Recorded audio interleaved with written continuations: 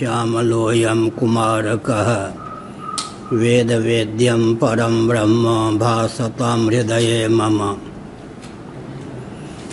कूजन्तं राम रामेति मधुरं मधुराक्षरम् आरुह्य कविताशाखां वन्दे वाल्मीकिकोकिलम्।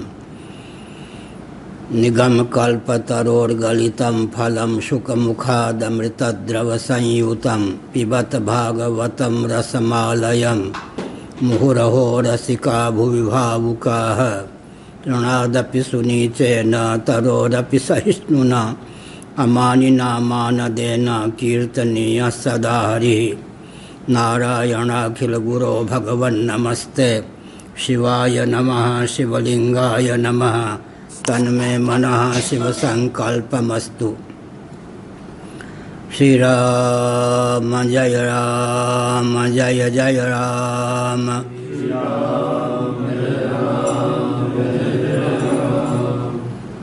श्रीराम जय राम जय जय राम।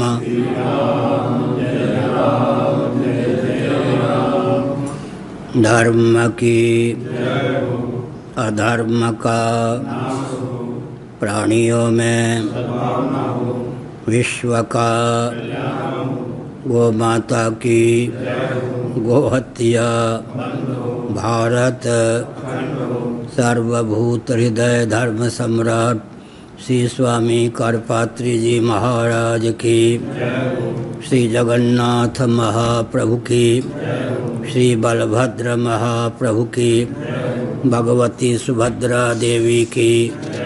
हर हर महादेव। गोविंद जय जय गोपाल जय जय।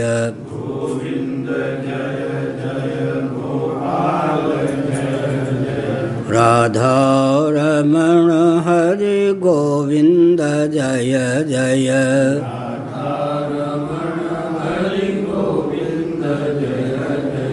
श्री कृष्ण गोविंद हरे मुरारे। श्री कृष्ण गोविंद हरे मुरारे। हे नाथ नारायण वासुदेव।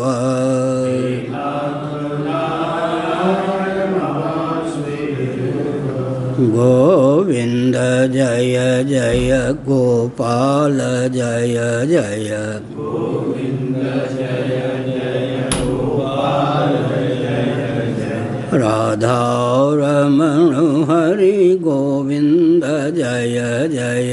राधा रमण हरि गोविंद जय जय।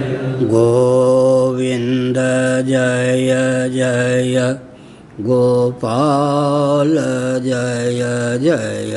गोविंद जय जय गोपाल जय जय। राधा रमण हरि गोविंद जय जय। राधा रमण हरि गोविंद जय जय। श्री वृंदावन विहारी लाल की जय। नमो महद्भ्यः शंभो शिव शिव शिव शिव शिव शिव नारायण नारायण नारायण।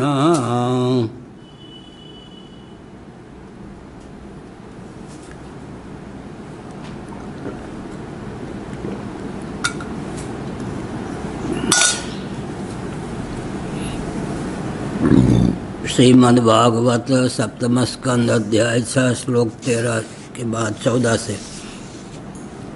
कुटुंब पोषाय विहन्यायुर निजायुर न बुध्यतीर्थम विहतम प्रमत्तः। सर्वत्र तापत्रय दुःखितात्मा निर्विद्यते न स्वकुटुम्बरामः। वित्तेषु नित्याभिनिविष्टचेता विद्वांसदोषं परवित्तहर्तु। प्रत्ययचाथाप्यजितेन्द्रियस्तदशान्तकामो हरते कुटुम्बी। विद्वानपीत्थं धनुजा कुटुम्बं पुष्णं स्वलोकाय न कल्पते वै यसूयपाराख्य विभिन्नभावस्तमः प्रपद्येत यथा विमूढः नारायणम्।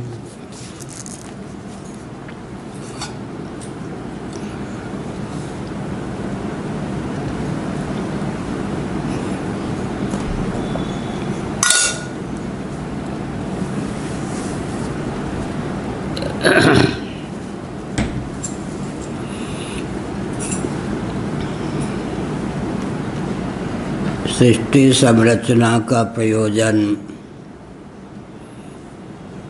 सृष्टा परमात्मा में मनोनिवेश है। एक अद्भुत पहेली है जीवन में। विक्षेप की सामग्री जहाँ सुलभ हो उसी का नाम व्यवहार है।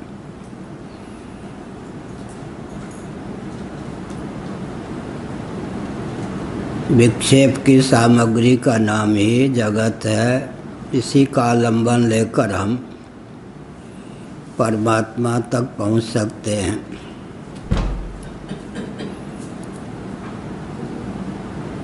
भोग और मोक्ष दोनों की सिद्धि संसार का आलंबन लेकर ही संभव है। भोग क्यों चाहिए? भोग्य पदार्थ का सेवन करके देहेंद्रीय प्राणांतःकरण में वह बल और वेग का आधान करें जिसके फलस्वरूप भगवत तत्व का श्रवण मनन निधिध्यासन कर सकें। श्रवण मनन निधिध्यासन के फलस्वरूप आत्मानुरूप आत्म तत्व का बोध प्राप्त कर जन्म और मृत्यु की अनादि अजस परंपरा का आत्यंतिक उच्छेद हो सके।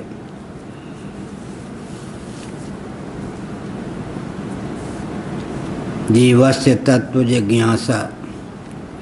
जीविका का अभिप्राय क्या है? स्वस्थ जीवन की समुपलब्धि अभिव्यक्ति। देहेंद्रीय प्राणांतःकरण में वह बल और वेग प्राप्त हो जिसका आलंबन लेकर हम भगवत तत्व तक पहुँच सकें, भगवान का चिंतन कर सकें।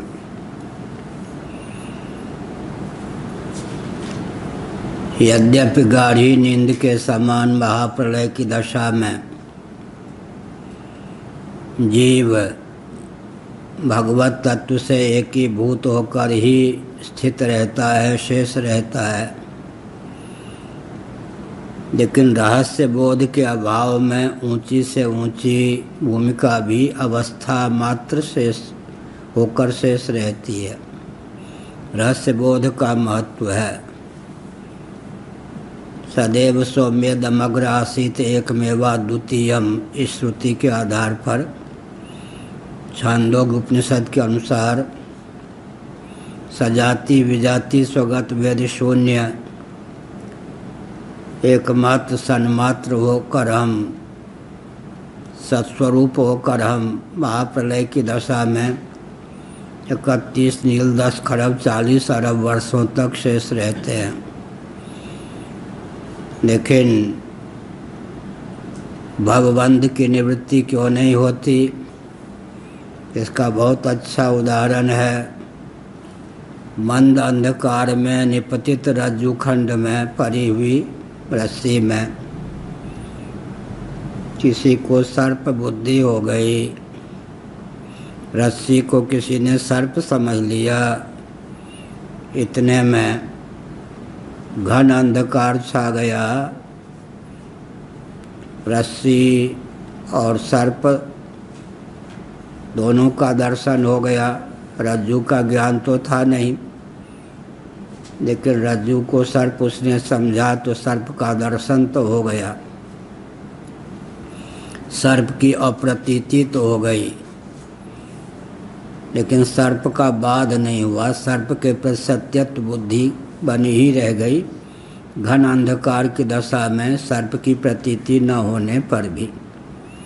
इसलिए पंचदशी कार ने बताया ना प्रतीतिस्तयोर बाधा किंतु मिथ्यात्व निश्चय तयोः का अर्थ है जीव जगतो। जीव और जगत की अप्रतीति का नाम बाध नहीं है, मिथ्यात्व निश्चय का नाम बाध है। मिथ्यात्व निश्चय के बाद अप्रतीति तत्वापत्ति से ऊपर की भूमिका असम शक्ति पदार्थ भावना तुर्यगा। मिथ्यात्व बुद्धि के बाद में अप्रतीति तो 4 चांद लग जाए निष्ठा में, लेकिन मिथ्यात्व बुद्धि नहीं है और अप्रतीति है तो भवबंध का बीज अज्ञान शेष है। जैसे कि महाप्रलय की दशा में अनादिकाल से अब तक करोड़ों बार हम महाप्रलय की दशा में रह चुके हैं, एकमात्र ब्रह्म स्वरूप होकर ही रह चुके हैं, लेकिन भवबंध का विनाश नहीं हुआ। तो एक विचित्र बात है, जब दांत थे तब चने नहीं, अब चने हैं तो दांत नहीं। एक कहावत है उत्तर प्रदेश में, जब दांत थे तब चने नहीं, अब चने हैं तो दांत नहीं। जब श्रवण मनन निधिध्यासन की सामग्री है हमारे पास, तब होश नहीं कि हम इन सामग्रियों का उपयोग भगवत तत्व के श्रवण मनन निधिध्यासन में कर सकें।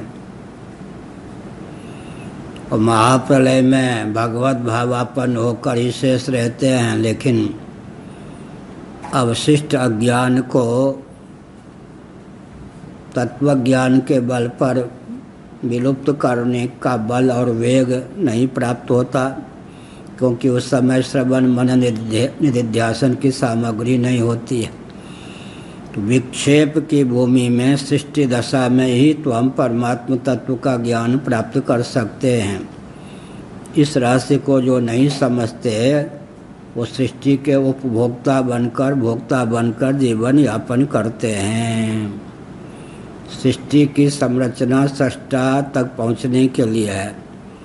अंग्रेजी में जिसको लिफ्ट कहते हैं, उसका आलम्बन लेकर हम ऊपर पहुंच सकते हैं। तद्वत देहेंद्रीय प्राणांतःकरण का आलम्बन लेकर, बाह्य जगत का आलम्बन लेकर हम भगवत तत्व का विज्ञान प्राप्त कर सकते हैं। पार्थिव प्रपंच की अपेक्षा पृथ्वी को, पृथ्वी की अपेक्षा जल को, जल की अपेक्षा तेज को, तेज की अपेक्षा वायु को, वायु की अपेक्षा आकाश को, आकाश की अपेक्षा अव्यक्त को, अव्यक्त की अपेक्षा निरपेक्ष आत्म तत्व को जानकर भवबंध से मुक्त हो सकते हैं। पहली यह है कि जो हमारा तात्विक स्वरूप है वहाँ तक पहुँचना ही सबसे दुर्गम है।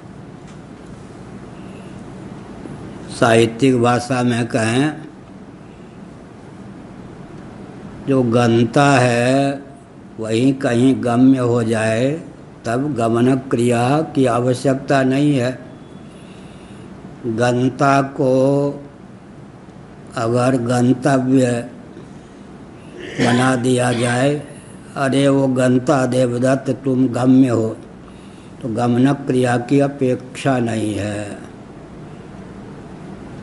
लेकिन यहाँ पर विचित्र बात है, आत्म तत्व तो साक्षात अपरोक्ष है, उस आत्मा तक हमारी गति तो है ही, हम स्वयं ही आत्म तत्व हैं, लेकिन आत्मा तक गति ही सबसे दुर्गम है। क्योंकि मान्यता ऐसी हो गई है कि देहेंद्रीय प्राणांतःकरण के बाहर सक चंदन वनिता व्यंजनादि सगे संबंधी तक में अहमता ममता निरूढ़ हो गई है। तो अनर्गल अनात्म वस्तुओं के अनुरूप आत्म मान्यता, जगह जगह अहमता ममता ही हमारे पतन में हेतु है। स्वरूप से तो हम च्युत नहीं हो सकते, आध्यात्मिकी प्रच्युति अज्ञान के बल पर हो जाती है। तो यहाँ कुटुम्ब पोषाय विहन्य निजायु न बुद्ध्यतीर्थम विहितम प्रमत्तः। कुटुंब के भरण पोषण में अपनी आयु को गंवा देता है व्यक्ति। इसका अर्थ यह नहीं है कि कुटुंब का भरण पोषण न करें, लेकिन एक विचित्र बात है, हमने कभी मुमुक्षु भवन में प्रवचन किया था। दैवयोग से पूर्वाचार्य महाभाग उस समय विद्यमान थे, मैं इस पद पर नहीं था, तब की बात। हमने यह कहा था कि हमारे जीवन में कार्य की अपेक्षा कारण का अधिक महत्व परिलक्षित होता है। जल का कार्य है अन्न। अन्न के बिना हम जितने दिनों तक जीवित रह सकते हैं उतने दिनों तक जल के बिना नहीं जीवित रह सकते। हमारे पूर्वाचार्य महाभाग स्वनामधन्य श्री निरंजन देव तीर्थ जी गोवंश की रक्षा के लिए इसी कक्ष में 72 दिनों तक अनशन कर चुके। लेकिन वृंदावन में अलग अलग समय में 2 सपूतों ने भगवान को प्राप्त करने की भावना से हठयोग का आलम्बन लिया, अन्न जल छोड़ दिया। ढिढोरा नहीं पीटा, लेकिन दोनों की मौत 14वें दिन हो गई। उस स्थान भी हमने जाके देखा है। वृंदावन में हम रहते थे तो नीचे चिन्मयानंद जी ये सब रहते थे, आप भी रहते थे। तो आप लोगों को नहीं मालूम होता था दोपहर हम रहते कहाँ। यही होता था कि अपने कमरे में विश्राम कर रहे होंगे तो इधर बैरागी वाक के आगे भी यमुना की ओर चले जाते थे। नया वट का वृक्ष था इतना ऊंचा, वहीं जाके बैठते थे 2 घंटे। ऐसे ही ऋषिकेश में स्वामी आत्मानंद जी की सेवा कर देते थे। दोपहर में हम घोर जंगल में चले जाते थे, किसी को मालूम नहीं। एक बिल्व के वृक्ष के नीचे देखा कि इतने बड़े कोई मंदिर है, इतना बड़ा, उसमें दत्तात्रेय जी की प्रतिमा थी। कोई संत नहीं रहते थे, नीचे गुफा, वहाँ जाकर दत्तात्रेय की उपासना करते थे। जिस स्थान पर उस व्यक्ति ने 14 दिनों तक अनशन किया था, शरीर छोड़ा था, उसे भी मैंने देखा। और प्रायः बट वृक्ष की शाखा पे जाके छिप जाता था, वहाँ भजन करता था। इसका अर्थ क्या है? एक व्यक्ति अन्न के बिना जितने दिनों तक जीवित रह सकता है, अन्न का कारण जो जल है, सन्निकर्ण विशेषता के कारण उतने दिनों तक जल के बिना जीवित नहीं रह सकता। महाभारत में एक अच्छा उदाहरण दिया है। किसी को भूख भी लगे और प्यास भी लगे, दैवयोग से अन्न पाने की स्थिति न हो या अन्न सुलभ न हो, तो जल पीने पर कुछ समय के लिए भूख प्यास दोनों की निवृत्ति हो जाती है। लेकिन अन्न सुलभ हो, जल सुलभ न हो, ऐसी दशा में किसी को प्यास लग जाए तब अन्न का सेवन करके प्यास की निवृत्ति नहीं हो सकती। एक बार हमने आर्य समाजी होने का अभिनय किया दिल्ली में विद्यार्थी जीवन में। अभिनय किया मतलब अंदर से तो कट्टर सनातनी था और अध्यापक लोग हमारे प्राय आर्य समाजी होते थे। बीच बीच में चिढ़ाने के लिए वो आर्य समाज की गाथा छेड़ देते थे, हम मुस्कुराकर सुन लेते थे। तो स्वप्न में बहुत बढ़िया भगवान ने कृपा की, क्या कहना, वो जो गोवर्धन की पूजा होती है, ऐसी गोवर्धन नाथ 50 प्रकार के व्यंजन मिठाई हमारे सामने स्वप्न में प्रस्तुत हो गए। पानी एक बूंद भी नहीं। तो अन्न हमको देखे, हम उसको देखें, अन्न को देखें। हम प्यास के से परेशान थे, लेकिन भोजन की सामग्री देखो, जितनी दूर में आप लोग बैठे हैं इतने दूर में सब थाल ही थाल, बढ़िया से बढ़िया भोजन। जिसको हमने सुना नहीं था, देखा नहीं था, वो भी, जो सुना था देखा था। अब परेशान हुए, भोजन करें तो कैसे करें, प्यास बहुत ज़ोर से लगी थी, एक बूंद पानी नहीं। नींद टूट गई। हमने कहा यही आर्य समाज की पोल पट्टी है। तो हमने भगवान से प्रार्थना की कि अभिनय में जो मैंने आज समाधि का रूप धारण किया, मन में एक दिन के लिए उसकी योजना मिल गई। इसका मतलब क्या है? प्यास भी लगे और भूख भी लगे, जल सुलभ हो तो थोड़ी देर के लिए जलपान करके भूख प्यास दोनों की निवृत्ति हो जाती है। प्यास लगे और अन्न सुलभ हो, जल सुलभ ना हो तो अन्न का सेवन करके प्यास की निवृत्ति नहीं होती। जितने समय तक हम बिना जल के जीवित रह सकते हैं, उतने समय तक भी सन्निकट निर्विशेष तेज अग्नि के बिना, जठराग्नि के बिना जीवित नहीं रह सकते। शरीर में प्राप्त ऊष्मा के बिना जीवित नहीं रह सकते। तो जल की अपेक्षा भी जीवन के लिए तेज या अग्नि का अधिक महत्व सिद्ध हो गया। जितने समय तक जठराग्नि के बिना, जितने क्षणों तक जीवन की कल्पना ही कर सकते हैं, उतने क्षणों तक भी प्राण पवन के बिना जीवित नहीं रह सकते। तो अग्नि की अपेक्षा सन्निकट निर्विशेष वायु हमारे लिए अग्नि से भी अधिक महत्वपूर्ण है। अब नास्तिक भी इस बात को सुनकर आस्तिक हुए बिना नहीं रह सकता। शास्त्रार्थ की क्या आवश्यकता है? शास्त्रार्थ माने शास्त्र के तात्पर्य को युक्ति अनुभूति पूर्वक व्यक्त करते जाइए, अपने आप लोग आस्तिक होते जाएंगे। अब जितने समय तक प्राण पवन के बिना जीवन की कल्पना की जा सकती है, उतने समय तक भी शरीर में अवकाशप्रद आकाश के बिना जीवन की कल्पना नहीं की जा सकती, क्योंकि प्राण पवन के संचार के लिए भी तो आकाश चाहिए। फिर जितने समय तक आकाश के बिना जीवन की कल्पना की जा सकती है, उतने समय तक भी आत्मा के बिना तो जीवन की कल्पना ही नहीं कर सकते, क्योंकि नवारे सर्वस्य कामाय सर्वम प्रियम भवति, आत्मनस्तु कामाय सर्वम प्रियम भवति। चटाई चटाई के लिए नहीं, खटाई खटाई के लिए नहीं, मिठाई मिठाई के लिए नहीं, पृथ्वी पृथ्वी के लिए नहीं, जल जल के लिए नहीं, तेज तेज के लिए नहीं, वायु वायु के लिए नहीं, आकाश आकाश के लिए नहीं, ये सब आत्मा के लिए। आत्मा के बिना न आकाश की उपयोगिता है, न वायु की उपयोगिता है, न अग्नि की उपयोगिता है, न जल की उपयोगिता है, न पृथ्वी की उपयोगिता है। इसका मतलब क्या हुआ? भगवान का महत्व हुआ या नहीं? पार्थिव अन्न की अपेक्षा जल का महत्व, जल की अपेक्षा अग्नि का महत्व, या तेज का महत्व, तेज की अपेक्षा वायु का महत्व, वायु की अपेक्षा आकाश का महत्व, आकाश की अपेक्षा अगर माने बीजावस्थापन अव्यक्त का महत्व, उसकी अपेक्षा भी अचित हैं। यह सब आत्मा का महत्व। आत्मा के बिना तो जीव की कल्पना ही नहीं कर सकते, जीवन की कल्पना नहीं कर सकते। अब आत्मा का जो तात्विक स्वरूप है वही परमात्मा है। इसका अर्थ क्या है? परमात्मा का सबसे अधिक महत्व है। अब उदाहरण देते हैं ताकि भजन में मन लग सके, भजन में मन लग सके। हम एक संकेत करते हैं कि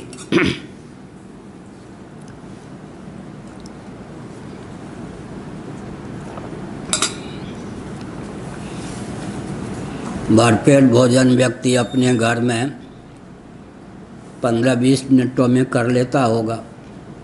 हमको लगता है 15 मिनट, मुझे गुरुदेव को लगता था 5 मिनट। 15 मिनट में भोग लगाते थे भगवान को और 5 मिनट में पा लेते थे। न नमक न मीठा, न नमक पाते थे न मीठा, लेकिन उष्ण भोजन होता था। एकादशी आदि निर्जल करते थे,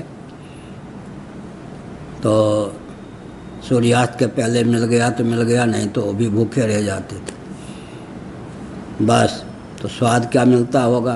5 मिनट अधिक से अधिक भोजन करने में लगता था, और 15 मिनट जो भोजन की सामग्री आती थी भगवान को भोग लगाने में 15 मिनट, और भोजन करने में 5 मिनट। न नमक न मीठा, जिह्वा पर कितना नियंत्रण था। हम लोग तो प्रार्थना ही कर सकते हैं, प्रशंसा ही कर सकते हैं। हमने देखा है, सुनी सुनाई बात नहीं, हम सेवा में रहे हैं। सेवा करना तो हम जानते नहीं हैं लेकिन सेवा में रहे हैं, देखा है कि बस इसका अर्थ क्या है, 15-20 मिनटों में भरपेट कोई भोजन कर ले तो कम से कम 5-7 घंटे तक तो भोजन की दास्ता से मुक्त रहता है। एक कहावत है, पूर्वाचार्य महाराज कहते थे, हाथ सूखा तो बच्चा भूखा। बच्चों की बात अलग या भृगु जी की बात अलग, कहीं भोजन में मस्त होंगे, सुन तो रहे होंगे एक से एक बाबा तो हो जाते हैं, लेकिन मन के चलाए चलते हैं। जीवन अच्छा, फिर भी मौज आई तो मस्त प्रवचन सुनेंगे, नहीं तो नहीं, मौज आए तो सत्संग करेंगे, नहीं तो नहीं। और नियंत्रण गुरुओं का सही नहीं।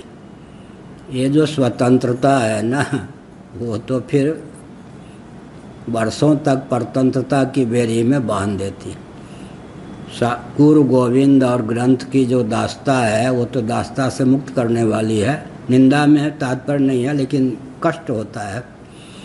इस प्रकार के अवसर को खोना, केवल मन के राजा होकर, मन के गुलाम, राजा करते हैं गुलाम, मन के गुलाम होकर रहना बाबा होने पर भी ये मौज मस्तीपूर्ण जीवन नहीं है।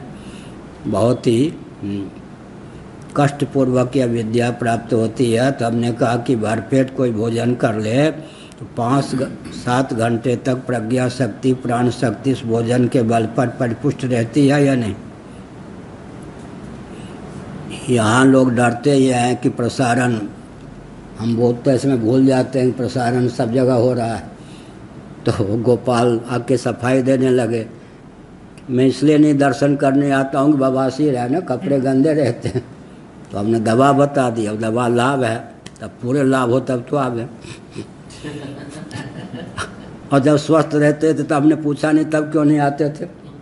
रुचि नहीं होती ना, रुचि इसका मतलब बहुत विकट। बाबा होने पर भी बहुत बढ़िया विशुद्धाद्वैत के प्रतिष्ठापक। वैसे तो श्री वल्लभ संप्रदाय का जो सिद्धांत है कश्मीरी वेदांतियों का ही है, कोई पृथक से सिद्धांत उनका नहीं है। वहाँ शिव कह देते हैं, यहाँ पुरुषोत्तम श्री कृष्ण कह देते हैं। सगुण साकार इष्ट को लेकर ही भेद है, सिद्धांत को लेकर कोई भेद नहीं। कश्मीरी वेदांतियों का जो सिद्धांत है अभिनव गुप्त पादाचार्य आदि का स्पंद तत्वादि नामक ग्रंथ में, तंत्रालोक आदि ग्रंथों में, तंत्रालोक का अध्ययन हमने पूज्य गुरुदेव से किया है। मुसलगांवकर जी गजानन सब दर्शन के प्रकांड पंडित थे। श्री राजराजेश्वर शास्त्री जी के शिष्य मुसलगांवकर जी, वे पूज्य गुरुदेव से तंत्रालोक पढ़ने आते थे। मैं भी महाराज से 9 से 12 तक पढ़ने के बाद उनकी अनुमति लेकर 12 से 1 तक तंत्रालोक पर सुनता था। मैं भी बीच बीच में प्रश्न भी कर देता था। तो हमने एक संकेत किया कि वल्लभाचार्य महाभाग का सिद्धांत वही विशुद्धाद्वैत, लेकिन विशुद्धाद्वैत होने पर भी जैसे माँ चिढ़कर बच्चे को कुछ डांट दे, ऐसे ही कहा वल्लभाचार्य महाभाग ने। स्व सिद्धांत के अनुसार तो जीव कोसने योग्य नहीं है, विशुद्ध है, पुरुषोत्तम स्वरूप ही है, लेकिन कहा जीवा स्वभाव तो दुष्टा ये जीव जो हैं ये स्वभाव से दुष्ट हैं। स्वभाव से पुरुषोत्तम हैं या दुष्ट हैं। दर्शन उनका सिद्धांत तो है विशुद्ध अद्वैत, लेकिन चिढ़ गए बच्चों, वात्सल्य रस। जीवा स्वभाव तो दुष्टा, ये जीव स्वभाव से दुष्ट हैं। क्यों दुष्ट हैं? सब प्रकार के पापड़ बेलते हैं, भगवान का भजन नहीं करते ओह, मिथिला में इस का प्रचार करें यहीं से झाजी, कम से कम 1.25 घंटे भजन माताएं भी करें। वहाँ की मान्यता होती थी पहले, पता नहीं क्या है, घर में जो देवी देवता के पिंड, उस पर माताएं 1-2 फूल चढ़ा दिए, उतने ही भजन होता था। उसके बाद हमने चलाए थे लहर, दुर्गा सप्तशती का पाठ देवियाँ करने लग गई गांव में। दुर्गा सप्तशती का पाठ उधर चला दिए किसी ने, मान लो किसी ने चला दिया। तो लेकिन उन लोगों की भावना है कि विधवा होने पर भजन करना चाहिए ना, सधवा होने पर तो पति की सेवा, बाल बच्चों का पोषण। अब जिसने बचपन से भजन नहीं किया वो आगे बुढ़ापे में भी कौन भजन करेगी या भजन कौन करेगा। इसलिए भगवान से दूरी ये तो ठीक नहीं ना। तो वल्लभाचार्य जी ने क्या कहा, हाँ वल्लभाचार्य जी ने कहा जीवा स्वभाव तो दुष्टा है, ये जीव स्वभाव से दुष्ट है, सब प्रकार के पापड़ बेलते हैं, भगवान का भजन नहीं करते।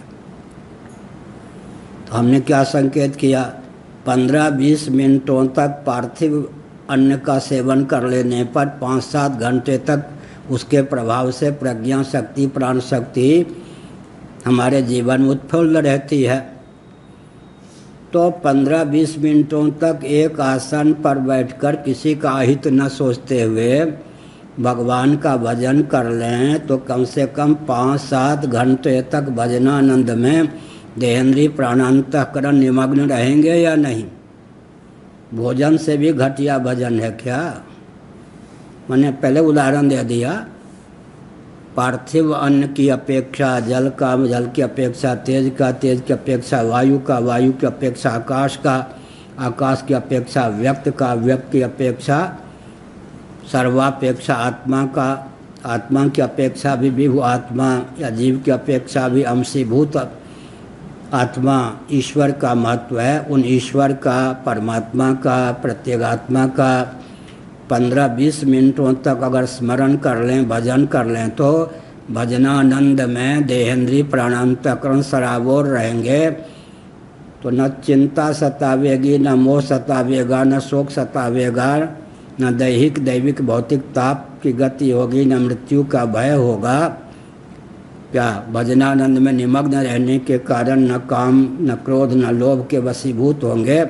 इसीलिए लेकिन गाथा क्या है, कुटुंब पोषाय वियन्निजायु,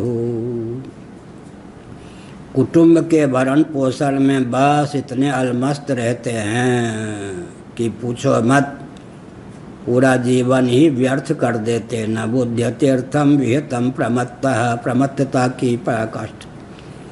एक बतासो में रहती थी, उसी के भाई के धर्मशाला में हम लोग रहते थे वृंदावन में। हमने एक बार पूछ दिया, माई भजन करती हो? क्या बोलते हो? तो आयु में बहुत बड़ी थी, बच्चा ही मानती थी। क्या बोलते हो? वैश्य परिवार की थी, राजस्थान परंपरा की। हमने कहा क्या, जिसकी परिस्थिति अनुकूल हो वो भजन करे ना।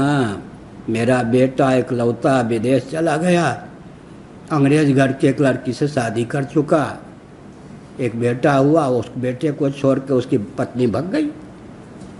अब फोन आया है, विपत्ति की मारी हुई हो, तुम पूछते भजन करती हो? जो उसने झुंझला के कहा ठीक। एक से मैंने कहा भजन करते हो? क्या कहते हैं आप? विपत्ति का मारा हुआ व्यक्ति भजन करता है? हमें तो सब प्रकार का सुख प्राप्त है। बड़ी विचित्र बात है। दुखिया से कहो भजन करती हो या करते हो तो उत्तर क्या मिलेगा? अरे खाने पीने की व्यवस्था हो, सब अनुकूल परिस्थिति हो, पाँव दबाने वाला कोई हो, सब बिस्तर उस्तर ठीक हो, सुख साधन हो, तब भजन में मन लगता है। विपत्ति का मारा हुआ कोई भजन करेगा? क्या कहते हो? और संपत्ति तो कहेंगे अरे मैं कोई विपत्ति का मारा हुआ हूँ कि भजन करूँ? बड़ी विचित्र बात है। जीवा स्वभाव तो दुष्टा। संपत्ति हो तो संपत्ति के सुख के दिन हो तो उसका उपभोक्ता बनकर ताम तितिक्षस्व भारत। तितिक्षा का अर्थ क्या है? दुखी न होकर भगवान का स्मरण कीजिए। सुख का भोक्ता न होकर सुख के दिनों में भगवान ने 2 रोटी सुलभ कराई है, परिस्थिति अनुकूल है, खूब जप लो, भजन कर लो। दुख विपत्ति के दिनों में विपत्ति का उपभोक्ता न होकर भगवान का स्मरण कीजिए। विपत्ति संपत्ति के रूप में परिणत हो जाएगी। संपत्ति के दिनों में भगवान की कृतज्ञता का अनुभव कीजिए। 2 रोटी की व्यवस्था की, सब अनुकूल परिस्थिति है, प्रभु आपका भजन। संपत्ति जो है वो दैवी संपत्ति भगवत भक्ति के रूप में परिणत हो जाएगी। लेकिन विचित्र गाथा ये है कि वाह, कुटुंब पोषाय निजायुर्न बुध्यतीर्थम विहतम प्रमत्तः। कुटुंब का पोषण तो कीजिए, लेकिन ध्यान रखिए पहली बार कुटुंब से पाला पड़ा है क्या? यही तो करते आ रहे, अनादिकाल से अब तक क्या करते आ रहे। भरण पोषण कीजिए। अब हम अपनी प्रशंसा नहीं करते, लेकिन दर्शन शास्त्र की दृष्टि से शिक्षा तो लोगों को लेनी चाहिए। देखिए स्वामी जी हैं, हम हैं, निकेश जी हैं, सब व्यवस्था है। जो कुछ भगवान ने दिया है उसका सदुपयोग सबके हित के लिए, कोई यहाँ शोषक नहीं है। लेकिन 5 मिनट भी मेरा समय व्यवस्था में जाता है क्या? सुनकर लोगों को आश्चर्य होगा कि ये तो ऐसे कह रहे। 50 व्यक्ति तो अभी भी हैं, 30-40 विद्यार्थी चले गए घर, 100 व्यक्ति के जलपान की व्यवस्था रोज होती, दोनों समय भोजन की व्यवस्था बच्चों के लिए। तो स्वामी जी कहते कि 2-2 बार जलपान, 2-2 बार भोजन। आज समय 50 व्यक्ति तो हैं ही, कम से कम गाय 400 से ज़्यादा हैं। 5 मिनट भी मेरा समय व्यवस्था पे नहीं लगता, 15 मिनट से ज़्यादा स्वामी जी का नहीं लगता होगा। कोई किसी को डांटता नहीं, कोई किसी को फटकारता नहीं, कोई किसी को चाटे भी दिखाता नहीं, और सारी व्यवस्था कितनी बढ़िया है।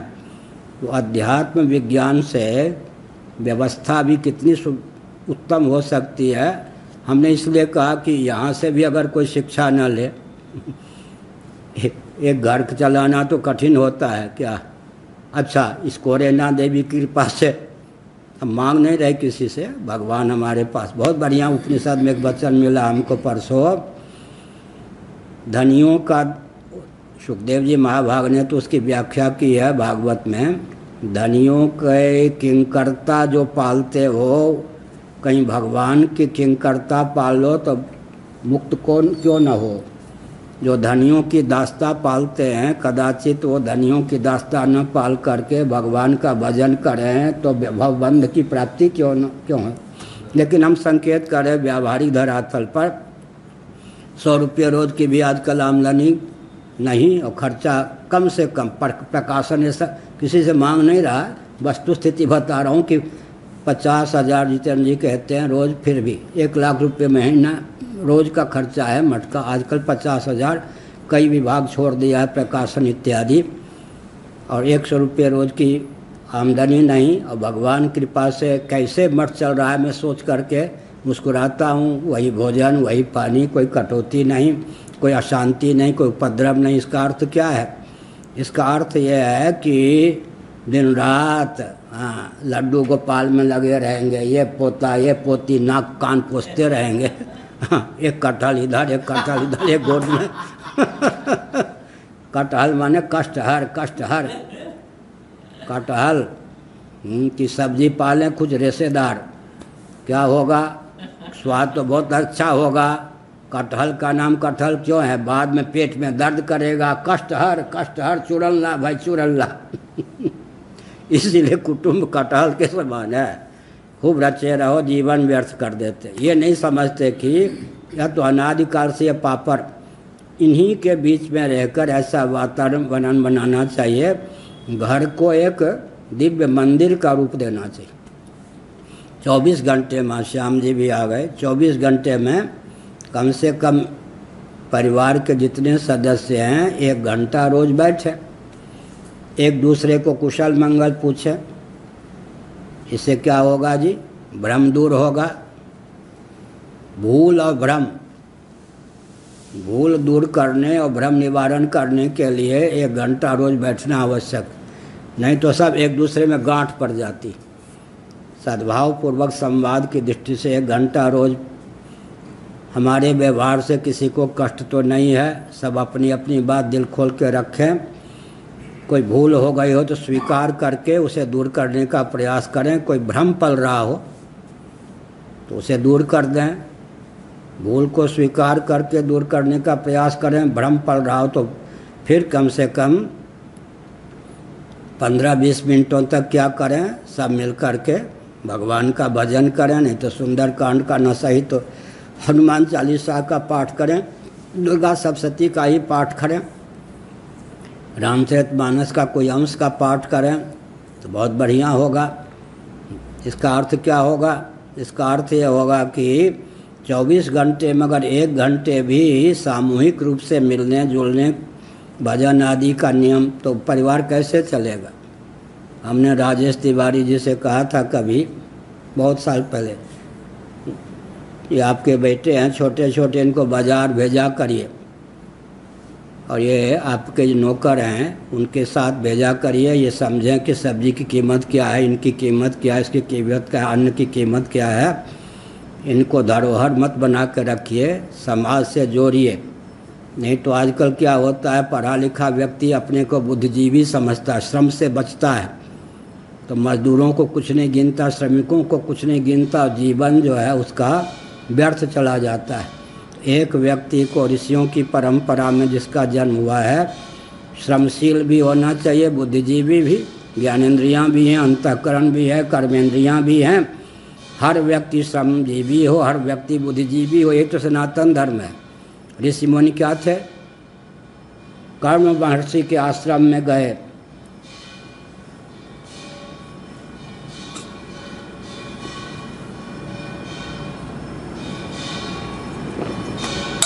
राजा शकुंतला के पति जो बावत में हुए, कर्ण ऋषि के आश्रम में सैकड़ों शिष्य थे उनके, लेकिन वो संविधा का चयन करने, पत्र पुष्प चयन करने स्वयं गए थे। इसका अर्थ क्या है, इसका अर्थ है कि घर भी व्यवस्थित चले, लेकिन भगवदर्थ, भगवान की प्राप्ति से विमुख करने के लिए गृहस्थाश्रम नहीं है, भगवान की ओर उन्मुख करने के लिए है। तो कुटुंब पोषण में ही जो लगे रहते हैं, प्रमाद पूर्वक उनका जीवन व्यर्थ ही चला जाता है। सर्वत्र तापत्रय दुःखितात्मा निर्विद्यते न स्वकुटुंब राम वित्तेषु नित्याभिनिविष्ट चेता विद्वांस दोषम परवित्तहर्तुः प्रत्यय चाथाप्यजितेन्द्रियस्ता दशांत कामो हरते कुटुंबी।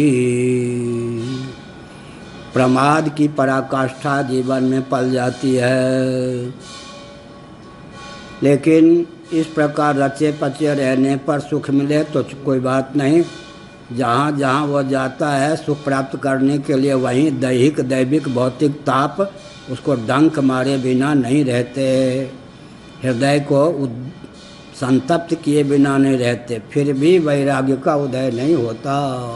बड़ी विचित्र बात। एक सज्जन आए वृंदावन में, हुजूरिया बाजी महाराज के शिष्य माने जाते थे। उन्होंने कहा, महाराज मैं व्रत लेकर आया हूँ, अंतिम सांस तक वृंदावन में रहूँगा, आपका प्रवचन सुनूंगा, आपसे पढ़ूँगा। हमने कहा ठीक है, अपने संकल्प पर ध्यान दो। हमने कहा आए कैसे, अभी तो 50 साल के ही हो। महाराज कुएं में गिर रहा था करंट लग के, एक संकल्प आया कि प्रभु अगर जीवित बिना घायल हुए जीवित बचा दोगे, कुएं से ऊपर आने के बाद आपका ही भजन करूंगा वृंदावन में जाकर। भगवान ने प्रार्थना सुन ली, कुएं में गिरा। देखने वाले बहुत अपनत्व पूर्वक व्यवहार करने लगे, उन्होंने हमको कल कुशल कुएं से बाहर निकाल लिया। हमने पत्नी बेटे आदि को समझाया कि यह संकल्प था, अब हम जा रहे हैं। लोगों ने कहा ठीक है, जब संकल्प था तो जाइए भजन करने के लिए। भजन करने के लिए वृंदावन आ गए। उसके बाद मैं शाम को घूमने जा रहा था तो उनको देखा एक व्यक्ति के साथ। हमने कहा चुपके से कहाँ जा रहे? अरे महाराज, इलाहाबाद हाई कोर्ट में एक मेरा परिचित वकील है, ये मेरे मित्र हैं, ये कोई विपत्ति में फंस गए हैं, तो इनको उस वकील से परिचय करा करके केस जिताने के लिए व्यवस्था करने जा रहा हूँ। हमने कहा वो जो प्रतिज्ञा की थी, महाराज मैं तो गृहस्थ हूँ, ऐसे प्रतिज्ञा चलती रहती है, टूटती रहती है। वो जो गए, फिर जब तक मैं वृंदावन में था तब तक एक दिन के लिए दिखाई ना पड़े। बड़ी विचित्र बात है। यही गाथा हम लोगों की भी है। गर्भ गर्भोपनिषद के अनुसार देखें, गरुड़ पुराण के अनुसार देखें, माँ के गर्भ में जब जीव होता है, विशेषकर मनुष्य, तो 6 महीने के बाद जातिस्मर योगी हो जाता है। जातिस्मर योगी का अर्थ अनेकों जन्मों का स्मरण उसको गर्भ में हो जाता है। उस समय वो प्रार्थना करता है, माँ की उदर दरी से निकाल दोगे प्रभु कल कुशल तो बस आपका ही मैं भजन करूँगा। मत्त स्मृति ज्ञानमपोहनंच, गीता का 15वां अध्याय। दैवयोग से कल कुशल माँ के गर्भ से आ गया तो धीरे धीरे सब भूल जाता है, रचपच जाता है। इसका अर्थ क्या है? संसार ऐसा है कि भगवत प्राप्ति के उद्देश्य से ही इसकी संरचना हुई है, लेकिन जीव इसी में उलझा रहता है, उसके प्रमाद का कोई अंत नहीं। सुख के नाम पर दुख ही प्राप्त करता रहता है, फिर भी वैराग्य का उदय नहीं। वित्तेषु नित्याभिनिविष्ट चेता विद्वांस दोषम परिवृत्त हर्तुः प्रत्यय चाथाप्यजितेन्द्रियस्त दशांत कामो हरते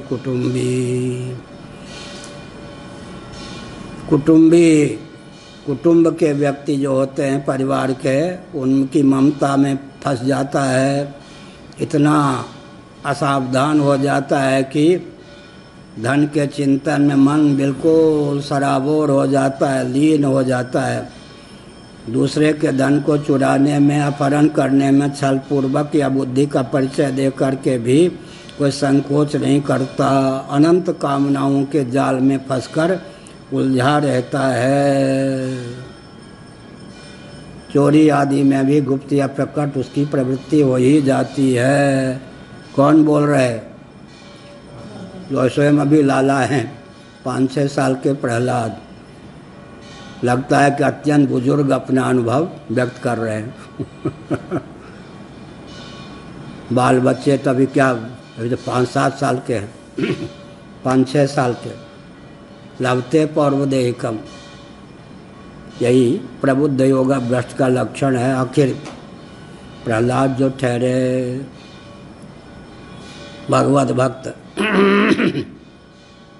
अब शिक्षा भी किसको दे रहे? गृहस्थों को थोड़े।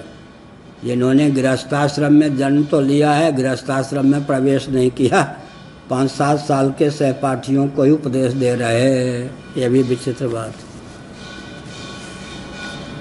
विद्वानपीत्थम दनुजा कुटुंबम पुष्यन् स्वलोकाय न कल्पते वै यस्वीय पारक्य विभिन्न भावस्तमः प्रपद्येत यथा विमूढ़ः। बढ़िया कहा।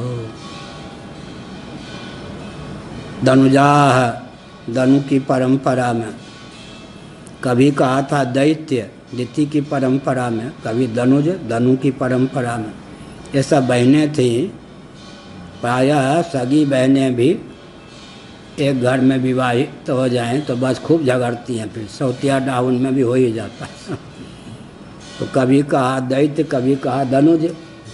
दनु की पिता तो एक ही थे, कश्यप ऋषि, लेकिन कश्यप ऋषि की परंपरा में कोई दिति के गर्भ की परंपरा में कोई धनु के गर्भ की दनुजा कुटुंबम। कुटुंब के पेट पालन में ही लगा रहता है। फिर क्या कहता है, करता है? स्वलोकाय न कल्पते वै। स्वलोक माने अपना आपा जो असली स्वरूप है भगवान। स्वलोक माने कौन? आत्मा, परमात्मा। स्वलोक, स्वप्रकाश आत्मा का, स्वलोक का। परलोक और स्वलोक, परलोक और स्वलोक।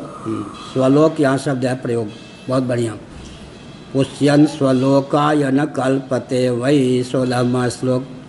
स्वलोक के लिए, स्वरूपभूत आत्मा के लिए जो कि स्वप्रकाश है, स्वरूपभूत परमात्मा का भजन नहीं करते। ये एक विकट बात है।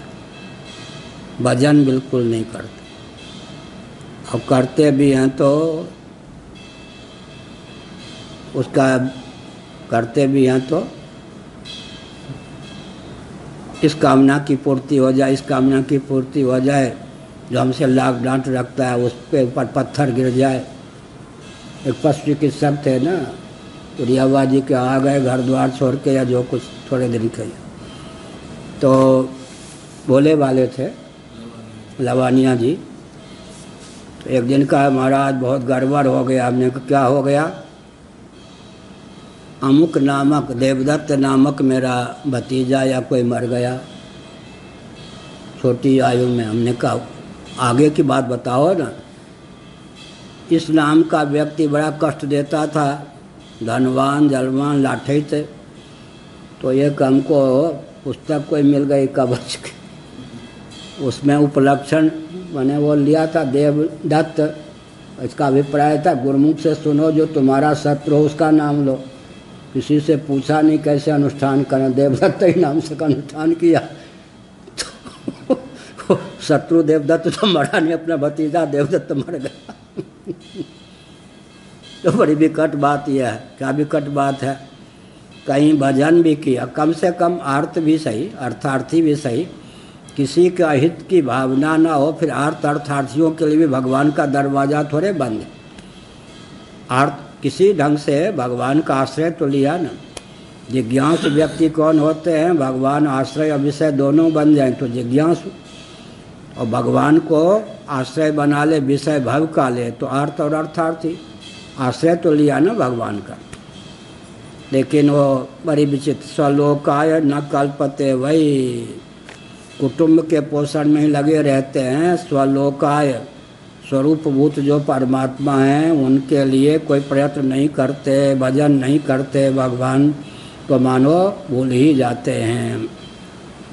जिसके लिए जन्म हुआ भगवत भजन के लिए, उसी से सर्वतोभावेन विमुख रहते हैं। यसूय पारक्य विभिन्न भावस्तम प्रपद्येत यथा विमूढ़।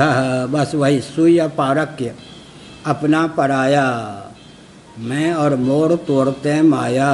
यही माया के चार भेद हैं, मैं मेरा तू तेरा। फिर दो ही भेद करना हो तो अपना पराया, स्वपर, फिर अपना पराया स्वपर। बस स्वीय पारक्य विभिन्न भावा, या मेरा या तेरा, इस भाव में डूबे रहते हैं। व्यवहार संपादन के लिए मेरे तेरे का ज्ञान होना चाहिए ताकि कोई विप्लव न हो जाए। लेकिन वो तो एक विचित्र बात, आकाश में यूँ कर दिया तो रेखा बनी क्या? एक महात्मा थे हीरानंद पहाड़ी जी, वो 22 घंटे मौन रहते थे, 2 घंटे बोलते थे। वो भी वेदांत। उनके पास मैं 3-4 दिन रहा हूँ, 2-3 बार। कुछ गुरुदेव के मित्रों में थे। तो वो कुछ विशेष परिस्थिति आ जाए तो आश्रम चलाने के लिए व्यवस्थापक पूछ लें तो आकाश में लिखते थे उंगली के द्वारा। वो समझ जाते थे क्या कह रहे हैं। आकाश में सब लिखा। आकाश में हमने यूँ किया, कोई रेखा तो नहीं बनी। वायु में यूँ कर दिया, रेखा नहीं बनी। और जल में उंगली चला दी, रेखा नहीं बनी। जल में उंगली डुबा के पत्थर पे यूँ यूँ लिख दिया, अक्षर बनता गया, मिटता गया। लेकिन पत्थर पे अंकित कर दिया छेने आदि से तो स्थायी हो गया। ऐसे ही इसका मतलब व्यवहार ऐसे चलावे मानो आकाश में लकीर खींच रहा। या वायु में मतलब वो भी उंगली से। भाई तुम ज़्यादा हमसे बात करोगे तो वही भी आ जाएगा। ये एक वाक्य में 5 बार बोलते मतलब मतलब मतलब। हम डरते रहते हैं कि इनकी बात सुनी नहीं कि मतलब हमारे जिह्वा पे ना आ जाए। तकिया कलाम इसको कहते हैं। एक वाक्य बोला नहीं तो अब देखो मतलब आ गया ना। हम तकिया कलाम से मुक्त हैं, और इनसे कोई बात करेगा तो एक रोग हो जाएगा मतलब। फिर एक ही वाक्य बेमतलब के मतलब मतलब मतलब। किसी को आदत होती समझे कि नहीं, प्राय अध्यापकों को समझे कि नहीं, समझे कि नहीं, बड़ी विकट बात। किसी की आदत होती है नाना नाना का, तो तकिया कला। एकांत में बैठकर, हमने पहले भी कहा था, अपने बोलो अपने सुनो और इस शब्द को हटाओ, नहीं तो बहुत गंदी आदत, कोई सुनेगा नहीं विद्वान। एक वाक्य में 3 बार 4 बार बेमतलब के मतलब बोलते जाते, तो दूसरों को भी ये छूत की बीमारी, कोरोना बीमारी लग जाए। तो क्या हुआ, यह स्वीय पारक्य विभिन्न भावस्तम प्रपद्येत यथा विमूढ़। यह 16वां भाव, अपने पराये के भेद में इतना निमग्न रहता है, ऐसे अज्ञानियों को तमोगुण प्रधान तमः प्रधान गति की प्राप्ति होती। बहुत बढ़िया है, श्रीमद् भागवत में पतन का क्रम दिया गया है। पशुवत व्यवहार, उसके बाद क्या है, वृक्षवत, पशु भी सांस लेते या नहीं, ऐसा व्यवहार करते हैं कि भविष्य में पशु होना ही होना है। ऐसा व्यवहार करते हैं कि वृक्ष भी सांस लेते हैं लेकिन स्थावर योनि। फिर ऐसा व्यवहार करना, धोकनी, लोहार की धोकनी जो है उसमें जीवनी शक्ति तो नहीं है लेकिन मालूम पड़ता सांस, तो व्यक्ति अपने आप को क्या कर देता है, पशुतुल्य सांस लेने वाला बना लेता है, फिर वृक्षतुल्य सांस लेने वाला बना लेता है। और चेतना शक्ति जब मारी जाती है तो धौंकनी के सांस के तुल्य बना लेता है जड़ता का। यहाँ तो अमंगल हो ही गया, मरने के बाद फिर क्या होगा, स्थावर योनियों की प्राप्ति होगी। इसलिए